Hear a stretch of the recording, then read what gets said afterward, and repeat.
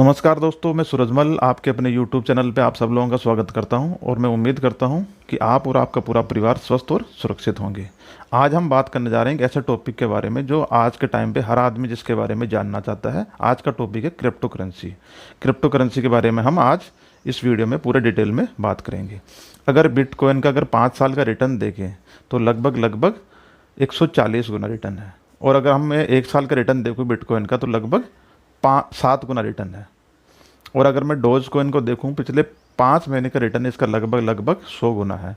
तो आप सोच सकते हैं कि ये सेक्टर और ये जो क्रिप्टो करेंसी का जो मार्केट है वो कितना लाइमलाइट में है। तो इस वीडियो में हम आज इसके बारे में एक एक बारीकी से बात करेंगे और मैं हर चीज़ समझाने की आपको कोशिश करूँगा। तो हो सकता है आज का वीडियो थोड़ा लंबा हो जाए, लेकिन आप लास्ट तक इस वीडियो को देखें ताकि आपको हर चीज़ समझ में आ जाए। इस वीडियो में हम बात करेंगे क्रिप्टो करेंसी इंडिया में लीगल है या नहीं है, क्रिप्टो करेंसी होती क्या है, ये कैसे काम करती है, ये सेफ़ है या नहीं है, और क्रिप्टो करेंसी के अंदर इतना शार्प इंक्रीज और डिक्रीज क्यों होता है, और ये क्रिप्टो करेंसी है फ्यूचर टाइम पे, आने वाले टाइम पे वर्ल्ड में रहेगी या नहीं रहेगी। इसके अंदर अगर आप इन्वेस्टमेंट कर रहे हैं तो ऐसी कौन सी टॉप करेंसीज हैं जिनमें आप इन्वेस्टमेंट कर सकते हैं, और ऐसे कौन से प्लेटफॉर्म है जिनके थ्रू आपको इन्वेस्टमेंट करना चाहिए, और इसमें कितनी अमाउंट में आपको इन्वेस्टमेंट करना चाहिए, और अगर इसमें आप इन्वेस्टमेंट कर रहे हैं तो ऐसी कौन सी रिस्क हैं जो आपको आने वाले टाइम पे प्रॉब्लम कर सकती हैं या आपको फेस करनी पड़ सकती है। इस वीडियो में हम आज एक एक करके बात करेंगे। सबसे पहले मैं बात करता हूँ कि क्रिप्टो करेंसी होती क्या है और ये कैसे काम करती है। क्रिप्टो करेंसी इंडिया के अंदर लीगल है, सुप्रीम कोर्ट ने इसको लीगल ऑथोराइज कर दिया है। क्रिप्टो करेंसी आप लीगल टेंडर के लिए यूज़ नहीं कर सकते इंडिया के अंदर। जैसे कि आपको कोई आइटम खरीदना या बेचना है तो उसके लिए आप क्रिप्टो करेंसी यूज़ नहीं कर सकते। जैसे गोल्ड भी आप यूज़ नहीं कर सकते। किसी आइटम को अगर आपको बाय या सेल करना तो उसके लिए आप डायरेक्ट गोल्ड है वो यूज़ नहीं कर सकते। उसी हिसाब से क्रिप्टो करेंसी भी आप किसी आइटम को डायरेक्ट खरीदने या बेचने के लिए यूज़ नहीं कर सकते। जो क्रिप्टो करेंसी है वो टोटली एक टेक्नोलॉजी है जिसको हम बोलते हैं ब्लॉकचेन टेक्नोलॉजी, और कॉम्प्लेक्स एल्गोरिथम का यूज़ करके एक प्रोग्रामिंग किया जाता है। उसके बाद में इसको एक एक्सचेंज पे लॉन्च किया जाता है और इसकी ट्रेडिंग शुरू हो जाती है। उसके बाद में आप इसको बाय या सेल कर सकते हो, और ये सिर्फ डिजिटल फॉर्म में ही रहती है, ये फिजिकल फॉर्म में नहीं रहती है। अब बात करते हैं कि अगर ऑलरेडी वर्ल्ड के अंदर बहुत सारी करेंसीज हैं, रुपीज़ है, डॉलर है, यूरो है, तो फिर क्रिप्टो करेंसी की रिक्वायरमेंट क्यों पड़ी। तो जितनी भी करेंसीज ऑलरेडी वर्ल्ड में हैं, रुपीज़, डॉलर, यूरो, ये सारी की सारी सेंट्रलाइज करेंसीज हैं जिनको हम फिएट करेंसी बोलते हैं, और ये पर्टिकुलर कंट्री का एक सेंट्रल बैंक होता है वो इनको रेगुलेट करता है और वहाँ की गवर्नमेंट इनको रेगुलेट करती है। जैसे इंडिया के अंदर आरबीआई है और गवर्नमेंट ऑफ इंडिया है वो रुपीज़ की रेगुलेट करती है। लेकिन 2008 का जो फाइनेंशियल स्कैम हुआ था यूएसए में, उसके बाद में बहुत सारे बैंक ऐसे थे जिन्होंने अपना ट्रस्ट खो दिया था। उसके बाद में क्या किया कि सन 2009 के अंदर बिटकॉइन लॉन्च किया गया, क्रिप्टो करेंसी जो डिजिटल फॉर्मेट में है, जिसके ऊपर किसी का अधिकार नहीं है, कोई सेंट्रल बैंक नहीं है जो उसको कंट्रोल करता हो। पब्लिक को एक अधिकार देने के लिए ये पब्लिक की डिमांड के ऊपर हाई इसकी प्राइस और लो होती है।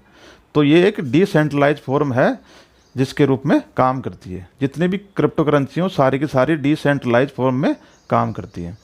अब अगर मैं बात करूं बिटकॉइन की, तो बिटकॉइन का जो लॉन्च किया था वो बोलते हैं कि संतोषी नाकामोतो ने किया था, लेकिन जो अभी ये गुमनाम है, ऐसा नाम का आदमी जापान के अंदर एक सॉफ्टवेयर इंजीनियर है, जिससे अगर बात की गई तो वो बोलता है कि मैंने ऐसी कोई करेंसी लॉन्च नहीं की गई।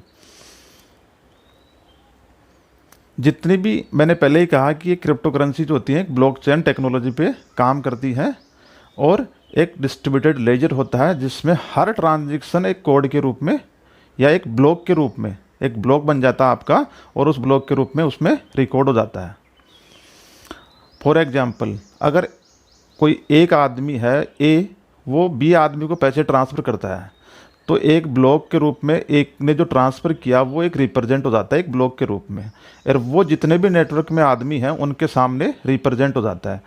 उसके अंदर जो वैलिड करने की अथॉरिटी है, यानी जिसने प्रोग्राम बनाया है ब्लॉकचेन का यूज़ करके, एल्गोरिथम का यूज़ करके, वो उसको वैलिड करता है, और वो जो ब्लॉक होता है वो उस ब्लॉकचेन के अंदर ऐड हो जाता है, और वो जो करेंसी जो ए ने बी को ट्रांसफ़र की थी वो फाइनली बी के पास में पहुंच जाती है।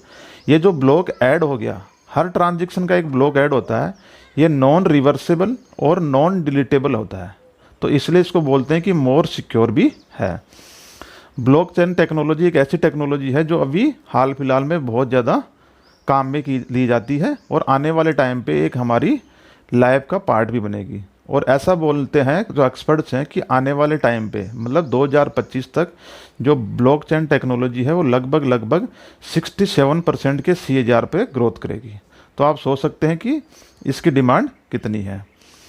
अगर मैं बात करूं अभी एक सिंपल वे में, तो ब्लॉकचेन और कॉम्प्लेक्स एल्गोरिथम का यूज़ करके एक प्रोग्रामिंग करके एक क्रिप्टो करेंसी लॉन्च की जाती है, फिर उसको एक्सचेंज पे लॉन्च कर दिया जाता है। एक्सचेंज पे लॉन्च करने के बाद में जो माइनर होता है, यानी उसको लॉन्च करने वाला होता है, वो उसको वैलिड या अप्रूव करता है, और फिर वो आपको एक वॉलेट में आ जाती है डिजिटल फॉर्म में। ये इसका टोटल प्रोसेस है। जितने भी ट्रांजैक्शन होते हैं वो मैंने पहले ही बोला कि वो एक डिस्ट्रीब्यूटेड लेजर में रिकॉर्ड होते हैं, जो नॉन रिवर्सेबल और नॉन डिलीटेबल होते हैं, इसलिए इसको बोलते हैं कि मोर सिक्योर है और ट्रांसपेरेंट भी है। किसने कितना अमाउंट किया आप उसका नाम नहीं देख सकते, लेकिन कितनी क्वांटिटी का बाय और सेल हुआ ये आपको पब्लिकली अवेलेबल है। आप इसमें लॉगिन करके पब्लिकली कोई भी आदमी इस चीज़ को देख सकता है। अब मैं बात करता हूँ कि ब्लॉकचेन टेक्नोलॉजी का अभी फ़िलहाल क्रिप्टो करेंसी के अलावा कहाँ कहाँ यूज़ हो रहा है। फाइनेंशियल सेक्टर में हम देखते हैं कि UPI वॉलेट, जो आज के टाइम पे हम एक अकाउंट से दूसरे अकाउंट में मोबाइल के थ्रू पैसे भेजते हैं, वो ब्लॉकचेन टेक्नोलॉजी का यूज़ करके ही सारा काम किया जाता है। तो ऐसा कुछ नहीं है कि ब्लॉकचेन टेक्नोलॉजी का पहली बार यूज़ किया गया है, पहले भी किया जाता था। दूसरा, अगर मैं एग्जांपल देखूँ तो सप्लाई चेन, अगर एक जगह से दूसरी जगह कोई सामान जाता है तो आज के टाइम पे ब्लॉकचेन टेक्नोलॉजी का यूज़ करके किया जाता है। इससे होता क्या है कि सिस्टम के अंदर ये चीज़ पता है कि ये आइटम, पर्टिकुलर आइटम इस प्लेस पे अवेलेबल है और इतनी क्वांटिटी में है, तो आपको ज़्यादा परेशान होने की ज़रूरत नहीं है। सिस्टम को आप ऑन करिए और उसमें लॉगिन करके आप देख सकते हैं कि ये आइटम कहाँ पे अवेलेबल है। तो सप्लाई चेन जो है वो बहुत ईजी और जिसको आप ट्रैक कर सकते हैं। तीसरी चीज़, हेल्थ केयर में ब्लॉकचेन टेक्नोलॉजी का भी फ़िलहाल यूज किया जा रहा है। अगर आप किसी डॉक्टर के पास में जाते हो, अगर मान लो आपने अगर जयपुर में किसी डॉक्टर को दिखाया, अगर दूसरा जगह आप चले गए, कहीं मुंबई चले गए, और मुंबई में जाके अगर आपने दूसरे डॉक्टर को दिखाया, अगर वो ब्लॉकचेन टेक्नोलॉजी पे इंटरकनेक्टेड हैं, तो वो डॉक्टर पेशेंट की हिस्ट्री देख लेता है और वो देख सकता है कि उस पेशेंट को रिसेंट पास्ट के अंदर कौन कौन से ड्रग्स और कौन कौन सी मेडिसिन दी गई थी और कौन कौन सी उसको प्रॉब्लम थी। तो ये जो टेक्नोलॉजी है बहुत बढ़िया है और एक आने वाले टाइम में हमारी एक लाइफ का एक पार्ट बन जाएगी। तो वो उस पेशेंट की हिस्ट्री को डायग्नोसिस करके उसको एक बेटर ट्रीटमेंट दे सकता है ताकि पेशेंट जल्दी से जल्दी ठीक हो जाए। अब अगर मैं बात करूं कि वर्ल्ड के अंदर ऐसी कौन सी टॉप क्रिप्टो करेंसीज हैं, तो सबसे पहले बिटकॉइन। ये मार्केट कैप के हिसाब से मैंने यहाँ पे इनको दिखाया है। बिटकॉइन सबसे पहले 2009 में लॉन्च की गई थी। उसके बाद में ETH, Ethereum, Binance coin, Doge coin, जिसको कोई लोग डोजी कॉइन भी बोलते हैं, और कार्डेनो।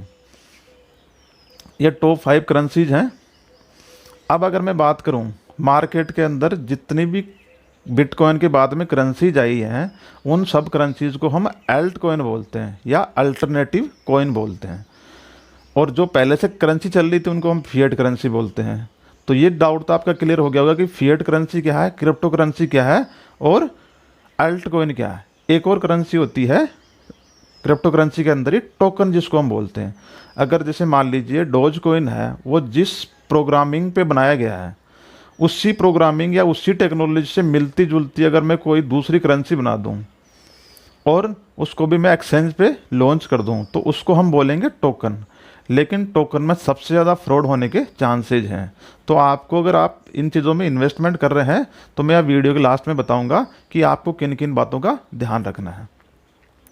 अब अगर बात करें मार्केट के अंदर लगभग 21 मिलियन बिटकॉइन अवेलेबल हैं, जो 90% बिटकॉइन को माइन किया जा चुका है अभी तक।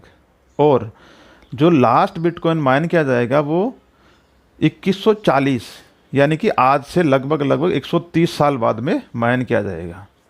तो जैसे जैसे बिटकॉइन की माइनिंग कंटिन्यू रहती है और जैसे जैसे आप बिटकॉइन माइन करते रहते हैं, तो इसका प्रोग्रामिंग इस हिसाब से की गई है कि इसकी जो लास्ट बिटकॉइन पे आप जैसे माइनिंग करेंगे तो वो कॉम्प्लेक्स होता जाएगा। अब अगर मैं बात करूं कि बिटकॉइन में बहुत सारी कमियां थी, उन कमियों को पूरा करने के लिए अल्ट कॉइन लॉन्च किए गए। जैसे बिटकॉइन में एक तो कमी थी कि लिमिटेड सप्लाई है, 21 मिलियंस बिटकॉइन थे वो बाज़ार में आए थे। उसके बाद में कुछ लोग बोलते थे कि इसकी पेमेंट में कन्फर्मेशन आता था, उसमें कुछ टाइम लगता था। तो इन कमियों को दूर करने के लिए इन्हीं के हिसाब से दूसरे कॉइन लॉन्च किए गए जिनको हम अल्ट कॉइन बोलते हैं या अल्टरनेटिव कॉइन बोलते हैं। तो जैसे अल्ट कॉइन की बात करें तो ETH Ethereum, Litecoin, ripple, Dogecoin, Matic network, Fantom, StarX token, Stellar Lumens और ब्लेजे और सिब कॉइन जो अभी रिसेंटली लॉन्च किया गया है। अब इनका अगर मैं माइनिंग टाइम देखूं कि एक बिटकॉइन को अगर आपको अपने लैपटॉप या पीसी में बनाना है तो उसमें कितना टाइम लगता है, 10 मिनट का समय लगता है। और लाइट कॉइन को बनाने में 2.5 मिनट का, और ETH को बनाने में लगभग 25 सेकंड का, और XRP यानी रिपल को बनाने में लगभग 4 सेकंड का टाइम लगता है। जो XRP जितने भी क्रिप्टो करेंसीज हैं वो डिसेंट्रलाइज फॉर्म में, यानी कि सेंट्रल कोई भी सेंट्रल बैंक है उनका इन पे कोई रेगुलेशन या अधिकार नहीं है। लेकिन XRP यानी रिपल एक ऐसी क्रिप्टो करेंसी है जिसने अमेरिकन एक्सप्रेस और बैंक ऑफ अमेरिका के साथ में कोलैबोरेट किया है। अब अगर मैं हर क्रिप्टो करेंसी की लॉन्च डेट देखूं तो बिटकॉइन 3 जनवरी 2009 में लॉन्च किया गया था, ETH 30 जुलाई 2015 में, LTC 7 अक्टूबर 2011 में, XRP 15 मई 2018 में, डोज कॉइन 6 दिसंबर 2013 में, मैटिक 13 फरवरी 2020 के अंदर, FTM 5 सितंबर 2019 के अंदर, XLM 31 जुलाई 2014 और सिब कॉइन जो लेटेस्ट अभी अगस्त 2020 के अंदर लॉन्च किया गया है। अब अगर मैं बात करूं कि क्रिप्टो करेंसी में इतना राइज क्यों होता है, कि इतनी ज़्यादा अप और डाउन क्यों जाती है। एक तो इसका जो यूज क्रिप्टो करेंसी का वो बढ़ रहा है बहुत ज़्यादा तेज़ी से। अभी जैसे टेस्ला ने बोला कि आप बिटकॉइन का यूज़ करके एक टेस्ला की कार खरीद सकते हैं, ये भी काफ़ी सुर्खियों में रहा। और जैसे स्टारबर्ग है और भी बहुत सारी कंपनी जिन्होंने बोला कि आप बिटकॉइन का यूज़ करके हमारे यहाँ से आइटम खरीद सकते हैं। दूसरी चीज़, बहुत सारे ऐसे इंस्टीट्यूशंस हैं जिन्होंने बिटकॉइन में इन्वेस्टमेंट शुरू कर दिया है, तो इसकी वजह से भी इसमें शार्प इंक्रीज होता है। जैसे टेस्ला ने भी $1.5 बिलियन का इन्वेस्टमेंट बिटकॉइन में किया था। और रिसेंटली टेस्ला ने ये भी बोल दिया कि ये इन्वायरमेंट के लिए एक हार्मफुल है बिटकॉइन, तो वो उसने जो टेस्ला की कार है वो बिटकॉइन से सेल करने का प्लान किया था, वो अभी होल्ड पे है। लेकिन उसने एक चीज़ क्लियर कर दी कि बिटकॉइन की जो उसके पास होल्डिंग है वो अभी तक वो सेल नहीं करेगा, वो उसको होल्ड करेगा। तो इससे इन्वेस्टर में पैनिक नहीं क्रिएट होगा। अगर मैं तीसरी चीज़ देखूं तो ऑल ओवर द वर्ल्ड जो बिटकॉइन है या क्रिप्टो करेंसी है उनके अंदर ट्रेडिंग का रुझान है लोगों का, ज़्यादा लोग उसमें ट्रेडिंग कर रहे हैं, तो इसलिए इसकी जो प्राइस है वो ज़्यादा अप एंड डाउन होती है। चौथी चीज़, लोग इसको एक इमरजेंसी अल्टरनेटिव की तरह देख रहे हैं। जैसे पहले लोग गोल्ड के अंदर इन्वेस्टमेंट करते थे या FD करवाते थे एज ए इमरजेंसी के लिए, तो अभी लोग क्या कर रहे हैं, जो यंग जनरेशन्स हैं वो क्रिप्टो करेंसी के अंदर अपना इन्वेस्टमेंट कर रहे हैं फॉर इमरजेंसी फंड के रूप में। तो इसलिए इसकी जो प्राइस है वो शार्प अप एंड डाउन होती है। अब अगर मैं बात करूं कि क्रिप्टो करेंसी में अगर आप इन्वेस्टमेंट कर रहे हैं तो ऐसी कौन सी की रिस्क हैं जिनको आपको ध्यान में रखना चाहिए। पहली चीज़ तो क्रिप्टो करेंसी, मैंने स्टार्टिंग में कहा, इसके ऊपर किसी भी सेंट्रल बैंक का या सेंट्रल अथॉरिटी का कोई भी रेगुलेशन नहीं है, तो ये इसलिए एक रिस्की है। दूसरी चीज़, क्रिप्टो करेंसी जितनी भी है वो टोटली पब्लिक की डिमांड पे अप एंड डाउन होती है। यानी कि अगर पब्लिक की डिमांड ज़्यादा है तो उसकी जो प्राइस है वो ज़्यादा जाएगी, और अगर पब्लिक की डिमांड कम है तो उसकी प्राइस है वो एकदम से गिर जाएगी। तो ये 30, 40, 50% भी एक दिन में गिर भी सकती है और ये बढ़ भी सकती है। तो ये एक इसके लिए की रिस्क रहता है। तीसरी चीज़, इंडियन गवर्नमेंट है वो अभी एक लीगल फ्रेमवर्क बना रही है क्रिप्टो करेंसी से रिलेटेड।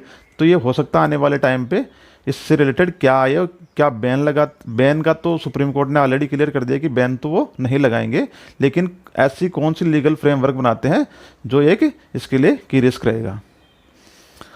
अब अगर मैं बात करूं कि क्रिप्टो करेंसी में आपको इन्वेस्टमेंट करना चाहिए या नहीं, तो देखो पहली चीज़ तो ये है कि क्रिप्टो करेंसी एक बहुत ही रिस्की चीज़ है। इस अगर आप इसमें इन्वेस्टमेंट कर रहे हो तो ये पहले चीज़ माइंड में क्लियर कर लेना चाहिए कि ये बहुत ज़्यादा रिस्की है। और अगर जिसको इसमें इन्वेस्टमेंट करने का क्रेज है, जिसको रिस्क लेने का क्रेज है, तो ये उस आदमी को जो रिटर्न है वो भी उस हिसाब से हैंडसमली देती है। यानी कि जिस हिसाब से रिस्क है उस हिसाब से इसमें रिवॉर्ड है। तो आप इसमें अपने हिसाब से देख सकते हैं। अब अगर बात करूँ अगर आपको इन्वेस्टमेंट करना है तो आपको कितना करना है, तो आप अपना एक तो छोटा पोर्शन अगर इसमें इन्वेस्टमेंट करना चाहिए। लगभग अगर आपकी टोटल वेल्थ है उसका 1 से 5% मैक्सिमम आप इसमें इन्वेस्टमेंट कर सकते हैं एज ए डाइवर्सिफिकेशन। क्योंकि ये आने वाले टाइम पे हमारा एक फ्यूचर का पार्ट रहेगा। क्रिप्टो करेंसी चाहे बिटकॉइन रहे या न रहे, दूसरी कोई करेंसी आएगी, लेकिन क्रिप्टो करेंसी ज़रूर हमारे एक फ्यूचर का पार्ट होने वाली है अभी के हिसाब से। अब अगर मैं बात करूं कि ऐसे कौन से प्लेटफॉर्म हैं जिनका यूज़ करके आप क्रिप्टो करेंसी में इन्वेस्टमेंट कर सकते हैं, तो मैं टॉप 5 यहाँ पे एप्लीकेशन आपको बता रहा हूँ। आपको जो अच्छा लगे उसमें आप इन्वेस्टमेंट कर सकते हैं। पहला है जैसे वजीरेक्स, दूसरा है DCX कॉइन प्रो, दूसरा है DCX कॉइन गो, तीसरा है कॉइन स्विच, चौथा कॉइन स्विच और पांचवा है बिनांस। इन प्लेटफॉर्म का यूज़ करके आप इसमें इन्वेस्टमेंट कर सकते हैं। और ये जो करेंसी है इसमें क्या होता है, नॉर्मली जो लोग बोलते हैं कि अगर जब टॉप पे है तब आप इन्वेस्टमेंट इसमें करने से बचें, जब करेंसी की वैल्यू डाउन हो तो अब आप इसमें इन्वेस्टमेंट करें ताकि आपको मैक्सिमम प्रॉफिट होने के चांसेज हों। उम्मीद करता हूँ ये वीडियो आपको अच्छा लगा होगा और आपके काम भी आएगा। धन्यवाद।